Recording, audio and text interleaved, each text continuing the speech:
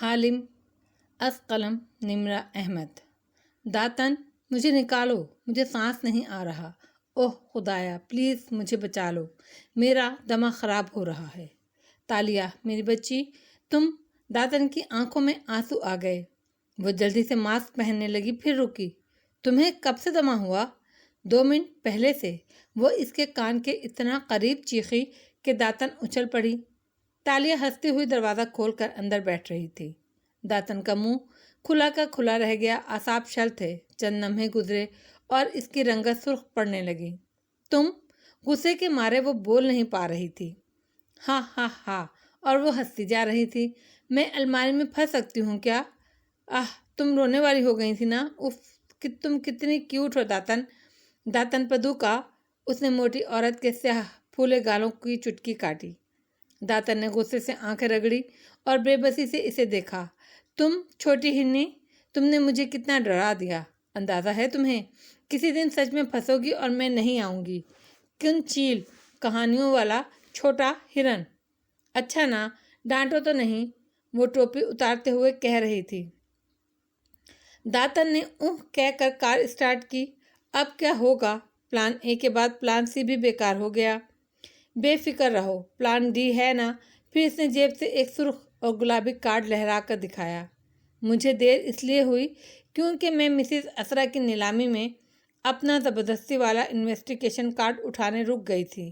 یہی ہے ہمارا پلان ڈی۔ اور پلان بی کا کیا؟ داتن کو سخت چڑ ہوئی۔ تالیہ کے پلانز ہیں، تالیہ کی مرضی۔ اس نے بے نیازی سے شانے اچکائے۔ اور اگر ملازمہ نے چیک اپ کے بعد بتایا کہ اس کو ڈینگی نہیں ہوا تو اسرا کو شک نہیں ہوگا؟ داتن ابھی تک غصے سے اس کی غلطی نکالنا چاہ رہی تھی۔ ابھی دنیا میں ملازموں کی وہ قسم پیدا نہیں ہوئی داتن، جو مالک کو کہے وہ بیمار نہیں ہے۔ تمہیں کیا لگتا ہے وہ سچ سچ بتا کر چھٹی اور مالی امداد لینے کا اتنا اچھا موقع گنوا دے گی؟ داتن کا غصہ ہوا ہونے لگا۔ ڈرائیو کرتے ہوئے اس نے ایک گہری سانس لے کر تالیہ کو دیکھا۔ اس وقت مجھے بہت بری لگ رہی ہو تم، لیکن ایک بات ہے، تم کبھی بھی مایوس نہیں ہوتی، ہار نہیں مانتی۔ ایک پلان ٹھپ ہو جائے تو دوسرا لے آتی ہو۔ اتنی ہمت کہاں سے لاتی ہو تم تالیہ؟ پتلے اور جوان لوگوں میں بڑی ہمت ہوتی ہے بڑھیا، مگر تم کیا جانو، وہ افسوس سے بولی، اور داتن نے چند منٹ کے لیے اس سے بات نہ کرنے کی قسم اٹھا لی تھی۔ کے ایل پہ اس دوپہر پھر سے سیاہ بادل چھا گئے تھے۔ بارش کے موٹے موٹے قطرے ایک دم سے برسنا شروع ہوئے اور ساری سڑکیں جل تھل ہو گئی تھیں۔ بازاروں میں پھرتے لوگوں نے چھتریاں تان لیں اور سائبان کی طرف دوڑے۔ ایسے میں آفس کا دروازہ کھول کر ایڈم داخل ہوا۔ اس کے ہاتھ میں ٹرے تھی جس میں کافی کا گلاس، بند ڈھکن اور اسٹرا سے لیس رکھا تھا۔ آفس میں مدھم بتیاں جل رہی تھیں، بلائنڈر سختی سے بند تھے۔ فاتح کنٹرول چیئر پر بیٹھا تھا، قدرے تھکان زدہ، پیچھے کو ٹیک لگائے، ٹائی ڈھیلی کر کے سفید شرٹ کی آستینے پیچھے کو موڑے۔ وہ سنجیدہ لگتا تھا۔ سامنے ایک سفید بالوں والے صاحب بیٹھے تھے۔ یہاں سے ایڈم کو ان کی پشت نظر آ رہی تھی۔ وہ کھنکارتا ہوا میز تک آیا۔ مہمان کا چہرہ واضح ہوا۔ وہ فاتح کے ساتھ محو گفتگو تھے۔ عبداللطیف ٹی وی پر اس نے ان کو دیکھ رکھا تھا۔ نامور سیاستدان اور کاروباری شخصیت ایک چور نظر ان پر ڈالے۔ سنجیدگی سے ایڈم نے میز پر ٹرے رکھی۔ مہمان کی چائے آئی رکھی تھی۔ یہ فاتح کی کافی تھی جو مال میں ایک خاص شاپ سے لایا تھا۔ وہ اس کے علاوہ کہیں اور کی کافی نہیں پیتا تھا۔ اس کو فکس کرو۔ وہ کافی رکھ کے مڑنے ہی والا تھا کہ فاتح نے انگلی سے اشارہ کیا۔ ایڈم نے چونک کر اس طرف دیکھا۔ ایک آفس کیبنٹ کا دروازہ گرا پڑا تھا۔ دروازے کا جوڑ، قبضہ سب اکھڑ گیا تھا۔ Right sir. وہ آگے بڑھا، پھر رکا، ادھر ادھر دیکھا، پھر فاتح کی طرف گھوما۔ میخ اور ہتھوڑی ہوگا سر؟ وہ جو الجھن اور اکتاہٹ سے گفتگو شروع کرنے جا رہا تھا، اس سوال پر ایک نظر اٹھا کر ایڈم کو دیکھا اور پھر مہمان کی طرف متوجہ ہوا۔ وہ ایک سخت نظر ایڈم پر گھڑوں پانی ڈال گئی۔ وہ تیزی سے باہر لپکا۔ فاتح کے سیکریٹری سے ہتھوڑا مانگا، وہاں نہیں تھا۔ کسی نے بتایا کچن میں دیکھے۔ وہ ادھر بھاگا۔ بہرحال تھوڑی سی تگ و دو کے بعد وہ میخیں اور پیچکس لیے آفس میں دوبارہ داخل ہوا اور باز سے نظریں ملائے بغیر ٹوٹی کیبنٹ تک آیا اور پنجوں کے بل اس کے پاس بیٹھا۔ ایش نے تمہیں پھنسا دیا ہے فاتح، اب تم کیا کرو گے؟ کنکھیوں سے وہ دیکھ سکتا تھا کہ عبداللطیف صاحب فکر مندی سے کہہ رہے تھے۔ جواب میں وہ کچھ نہیں بولا، خاموشی سے ایک ہاتھ گال تلے رکھے کھڑکی کو دیکھتا رہا۔ ہار مان جاؤ گے؟ صرف پیسوں کے پیچھے؟ ہم پولیٹیکل فنڈز ریزنگ کر سکتے ہیں، عوام تمہارے ساتھ ہوں گے، بوریشن نیشنل کے 2.5 لاکھ ممبرز کو ہم اپروچ کر سکتے ہیں، تم پارٹی چیئرمین منتخب ہو سکتے ہو۔ ایک آدمی تھا عرب میں، وہ گہری سانس لے کر عبداللطیف کی طرف چہرہ گھما کر کہنے لگا، آواز آہستہ اور تھکان زدہ تھی۔ ایڈم دھیرے دھیرے پیچ کسنے لگا، سر جھکائے، سنجیدہ صورت بنائے مگر کان گفتگو پر لگائے۔ مالدار، عزت دار، باوقار، اس کا نام عمرو تھا۔ وہ لوگوں کے ساتھ بہت اچھا تھا۔ کعبہ آنے والے حاجیوں کے لیے شوربے میں روٹی توڑ توڑ کر رکھ چھوڑتا، جس کو سب کھاتے اور اسے دعائیں دیتے تھے۔ اس سے لوگوں نے اس کا نام ہاشم رکھ دیا، روٹی توڑنے والا۔ جو لوگ دوسروں کی مدد کرتے ہیں اور اخلاق کے ساتھ ہوتے ہیں، انہیں ایک دنیا اچھے ناموں سے یاد رکھتی ہے۔ ایڈم پیچ قبضے پر جمائے آہستہ سے اسے اوزار سے کس رہا تھا، دھیان وہیں تھا۔ ہاشم ایک دفعہ ملک شام گیا تو راستے میں مدینے میں اس نے ایک خاتون سے شادی کر لی، کچھ دن وہاں ٹھہرا اور پھر شام چلا گیا۔ اس سفر میں اس کا انتقال ہو گیا۔ پیچھے سے بیوی کے ہاں بیٹا پیدا ہوا، مگر ہاشم کے خاندان والے اس شادی سے واقف نہیں تھے تو بچہ ماں کے پاس پلتا رہا۔ اس کے بال بالکل سفید سے تھے، بلونڈ سنہری جیسے، اس لیے اس کا نام شیبہ یعنی سفید بالوں والا رکھا گیا۔ شیبہ 10-12 سال کا ہوا تو ہاشم کے بھائی مطلب کو اس کا علم ہوا۔ مطلب کے لیے یہ ایک جذباتی دھچکا تھا۔ وہ فوراً مدینہ گیا اور بھتیجے کو اس کی ماں سے اصرار کر کے اپنے ساتھ لے آیا۔ عرب میں لوگ سفر سے واپسی پر نوجوان غلام خرید کر ساتھ لایا کرتے تھے۔ مطلب جس وقت شیبہ کے ساتھ مکہ میں داخل ہوا تو لوگوں نے سمجھا وہ نیا غلام خرید کر لایا ہے، تو وہ اس لڑکے کو عبد المطلب کہنے لگے، یعنی مطلب کا غلام۔ مطلب نے کلیئر کر دیا کہ یہ میرا بھتیجا ہے، مگر شیبہ کا نام اس دن سے عبد المطلب پڑ گیا اور آج تک ہم ان کو اسی نام سے جانتے ہیں۔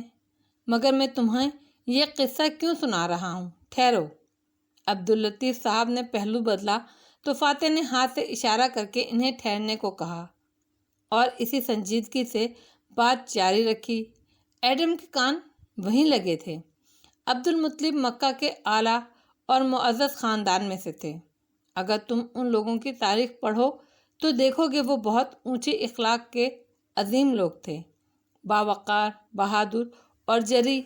یہ ہماری طرح چھوٹے چھوٹے مفادات کے پیچھے بڑے بڑے سمجھوتے نہیں کرتے تھے۔ یہ دولت اور قیمتی چیزوں کے انبار اپنے گرد لگا کر خود کو ان کا غلام نہیں بناتے تھے۔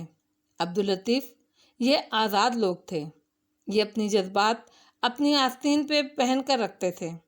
عبد المطلب کی مکہ میں بہت عزت اور ناموری تھی، وہ بہت اچھے انسان تھے، خوبصورت، نڈر اور دل کے سچے۔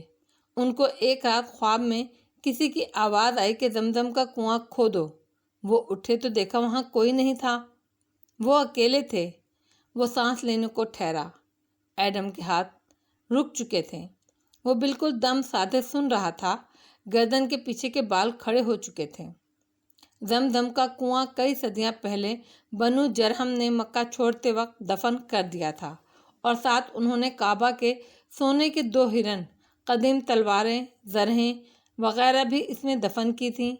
یہ سب نیشنل ٹریجر تھا، مگر عبد المطلب کو سمجھ نہیں آ سکا وہ اس کو کیسے کھودیں۔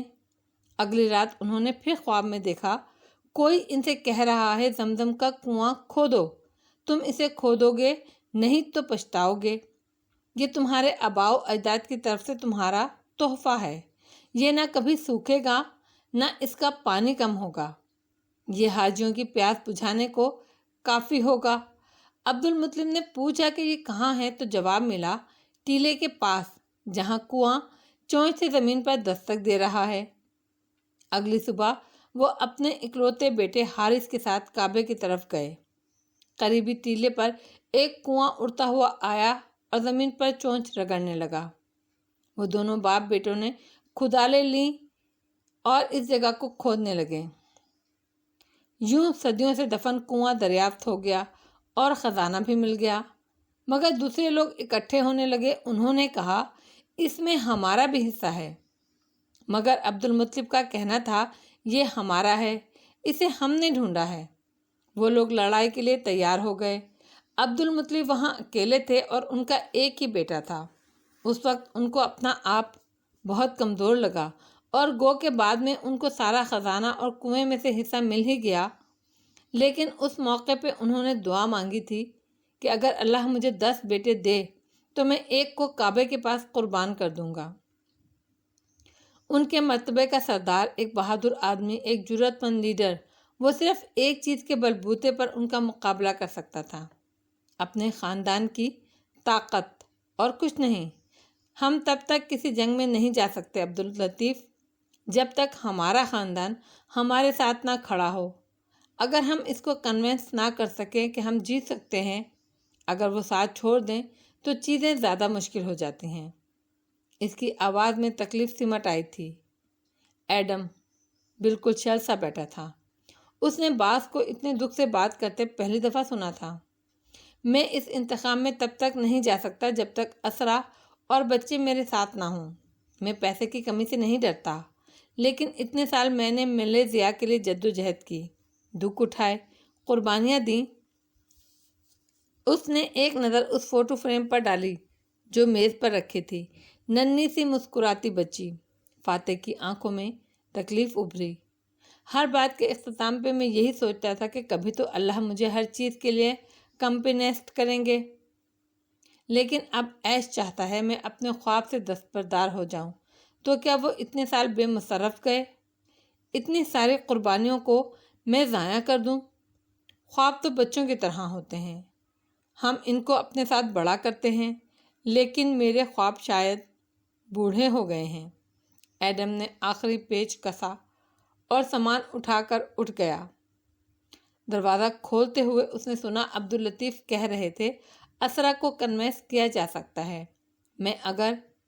اس نے باہر آ کر دروازہ بند کیا تو آوازوں کا راستہ رک گیا۔ وہ وہیں سیکیٹری کے کیبن کے آگے منتظر افراد کے پیچھے صوفے پر بیٹھا اور موبائل نکال کر اپنی ماں کو کال ملائی۔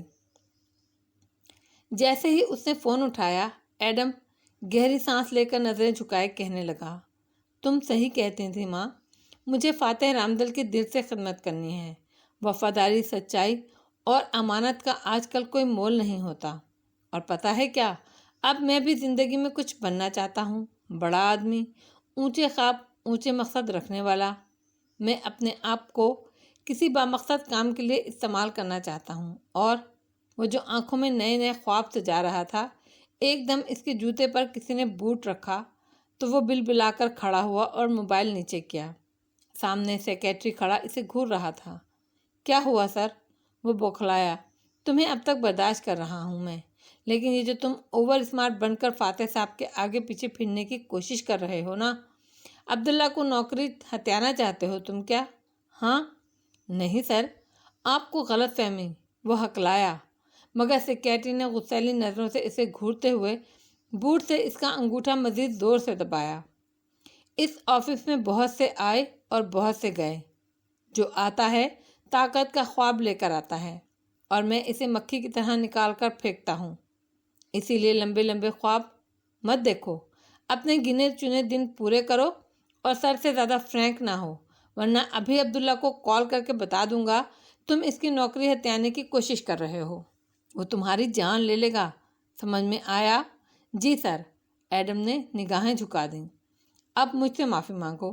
نوجوان سیکیٹری اسے اسی طرح گھورتے ہوئے چبا چبا کر بولا تو ایڈم نے گلابی پڑتی آنکھیں اٹھائیں۔ سوری سر، اب ایسا نہیں ہوگا۔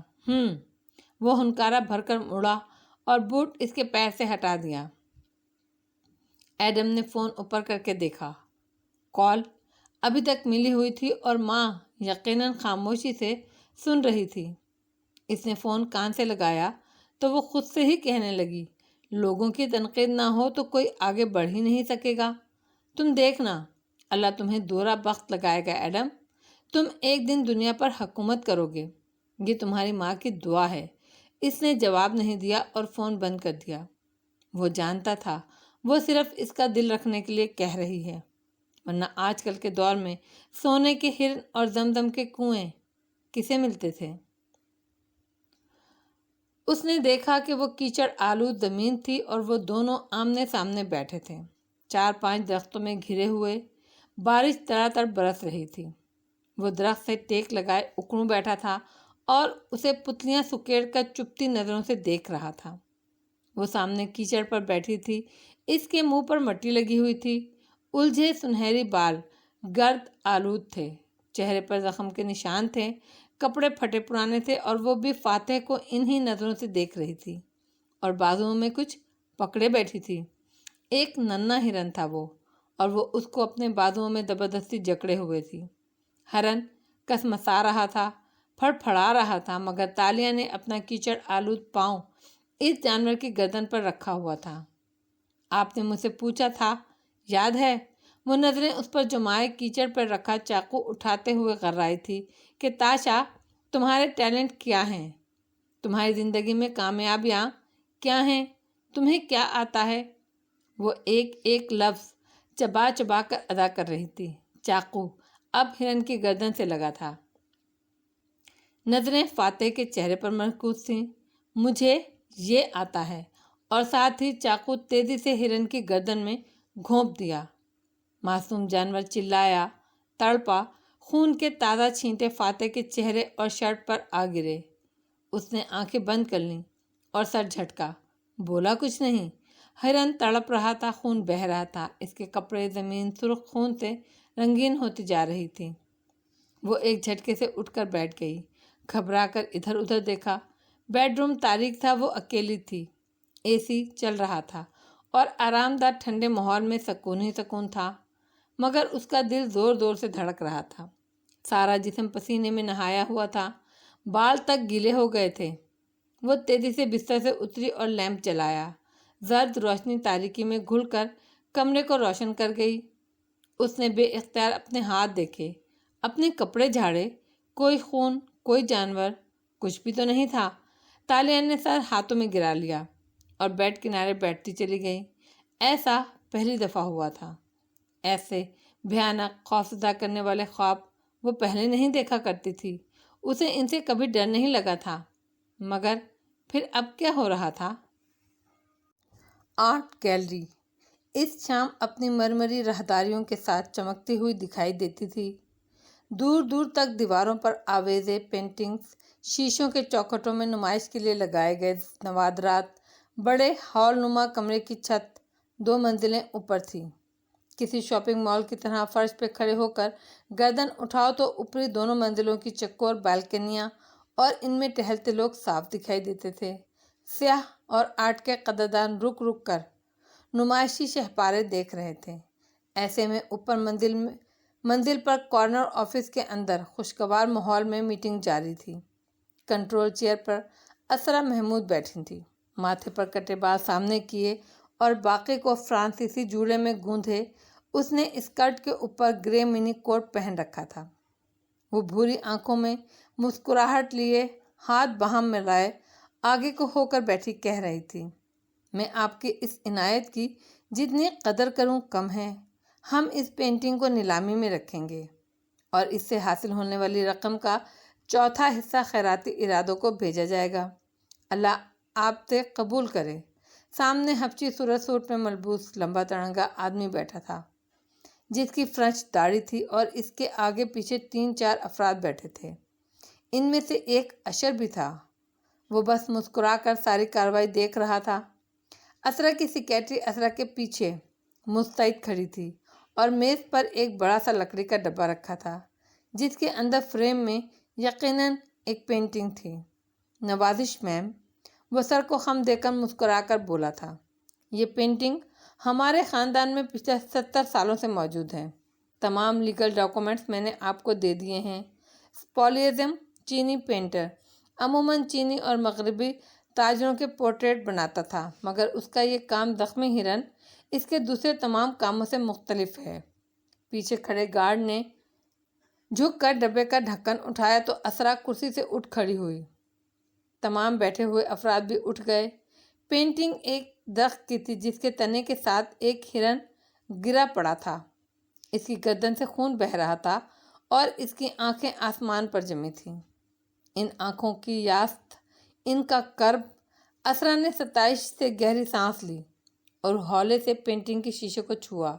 سمپائلیم کی سب سے مزیدار بات یہ تھی کہ وہ ریورس گلاس پینٹنگ کرنا جانتا تھا۔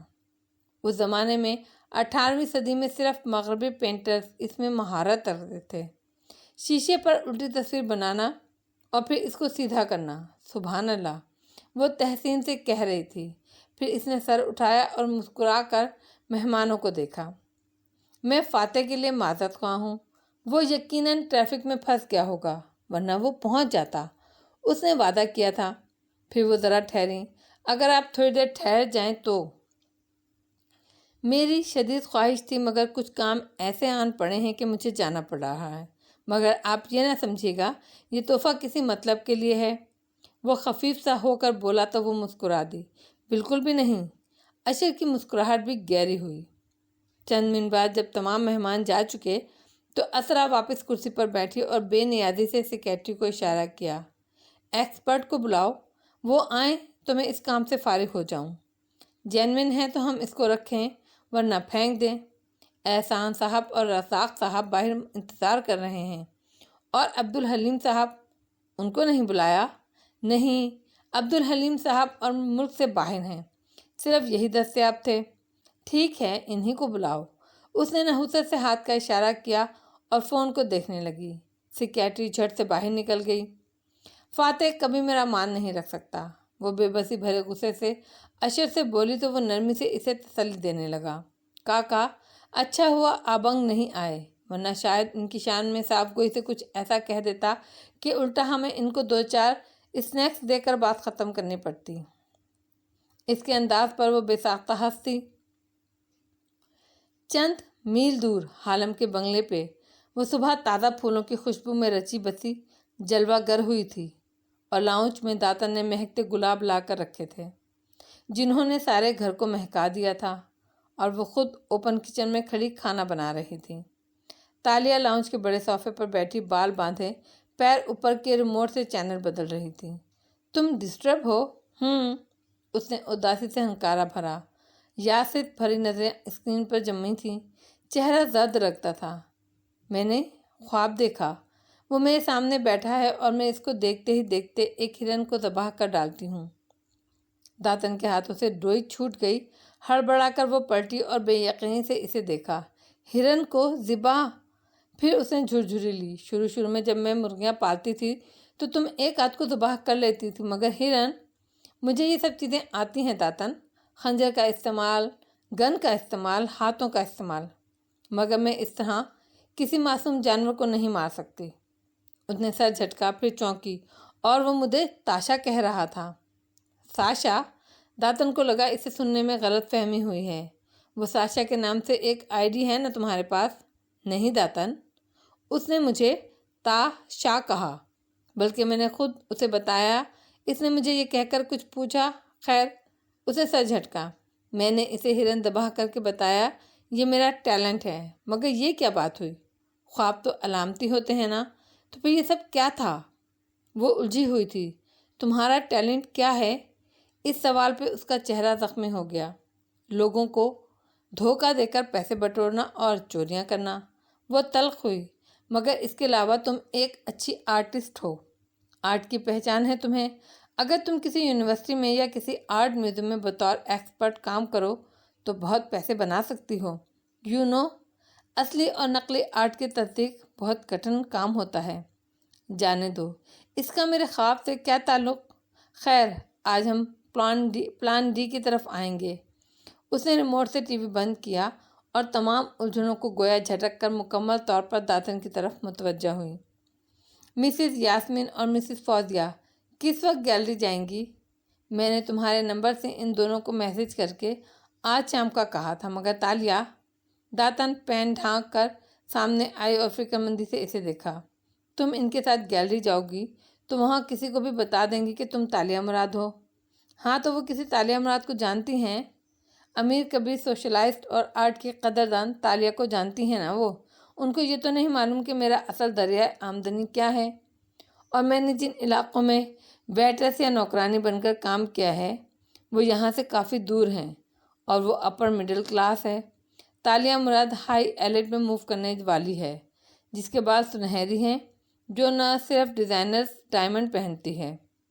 یہی تو میں کہہ رہی ہوں، مسز اسرا سے بریسلٹ چرانے کے لیے تم نے اگر گرافٹر وہیں بننا ہے تو کوئی اور روپ دھار لو۔ تھیف وہ چور ہوتا ہے جو خاموشی سے مال چرا کر لے جاتا ہے، اور گرافٹر وہ ٹھگ ہوتا ہے جو کوئی کردار اپنا کر بھید بدل کر کسی کے پاس جاتا ہے، اپنی چرب زبانی سے اسے مطلوبہ مال لوٹتا ہے، جیسے بزنس انویسٹمنٹ کا جھانسا دینا وغیرہ۔ میں کبھی گرافٹنگ نہیں کرتی داتن، وہ تم کرتی ہو۔ میرا چہرے کے ایل کے اس علاقے میں ایک امیر سوشلائسٹ کے طور پر مشہور ہے جو اپنے باپ کی دولت خرچ کر رہی ہے۔ میں نہیں چاہتی کہ کل کو جب میں یہ کام چھوڑوں تو کوئی مجھے پہچان لے۔ ابھی تک تالیہ نے کسی کے ساتھ گرفٹنگ نہیں کی۔ وہ بے فکر تھی، جیسے برستی بارش میں کوئی کھلے آسمان تلے خوش باش مراقبے میں بیٹھا ہو۔ مگر تم نے نوکرانی کا رول ادا کرنے کے لیے یہ نام استعمال کیا تھا نا تالیہ؟ مجھے اچھا لگ رہا تھا اپنے نام کے ساتھ وہ اچھے القابات سننا، مگر اس میں میرا حلیہ ذرا مختلف تھا، اور ابھی میں ساشا یا کچھ اور بن کے نہیں جاؤں گی، میں تالیہ مراد ہی بن کر جاؤں گی۔ وہ مطمئن بیٹھی تھی، مگر داتن نے اسی بے چینی سے اسے دیکھا۔ تم نے مسز اسرا کو جوس سرو کیا تھا، اگر اس نے پہچان لیا؟ اوہ داتن، ہم روز ریسٹورانٹ میں درجنوں ویٹرز کو دیکھتے ہیں، 1-2 سیکنڈ کے لیے ایک ہی یونیفارم میں ملبوس ایک عمر کی 3-4 لڑکیوں کو دیکھ کر کوئی بعد میں نہیں پہچان سکتا۔ اسرا دن میں 10 جگہ پر جاتی ہے، انہوں نے مجھے دیکھا ضرور تھا، نظریں نہیں ملائی تھیں، کسی کو بھی میں یاد نہیں ہوں گی، لائٹس بھی ڈم تھیں، رہے ان کے ملازم تو وہ کوئی اور ذہین فتین عقابی نظروں کے مالک نہیں تھے کہ مجھے پہچان لیں۔ وہ ہاتھ ہلاتے ہوئے بات کرتی تھی، جیسے ہواؤں میں اندیکھے تال چھیڑ رہی ہو، جیسے کوئی جادوگر سارے جادو بکھیر کر ہر چیز طے کیے بیٹھا ہو۔ تو اب تم باقاعدہ اسرا سے ملنے جا رہی ہو، مگر تم کہو گی کیا؟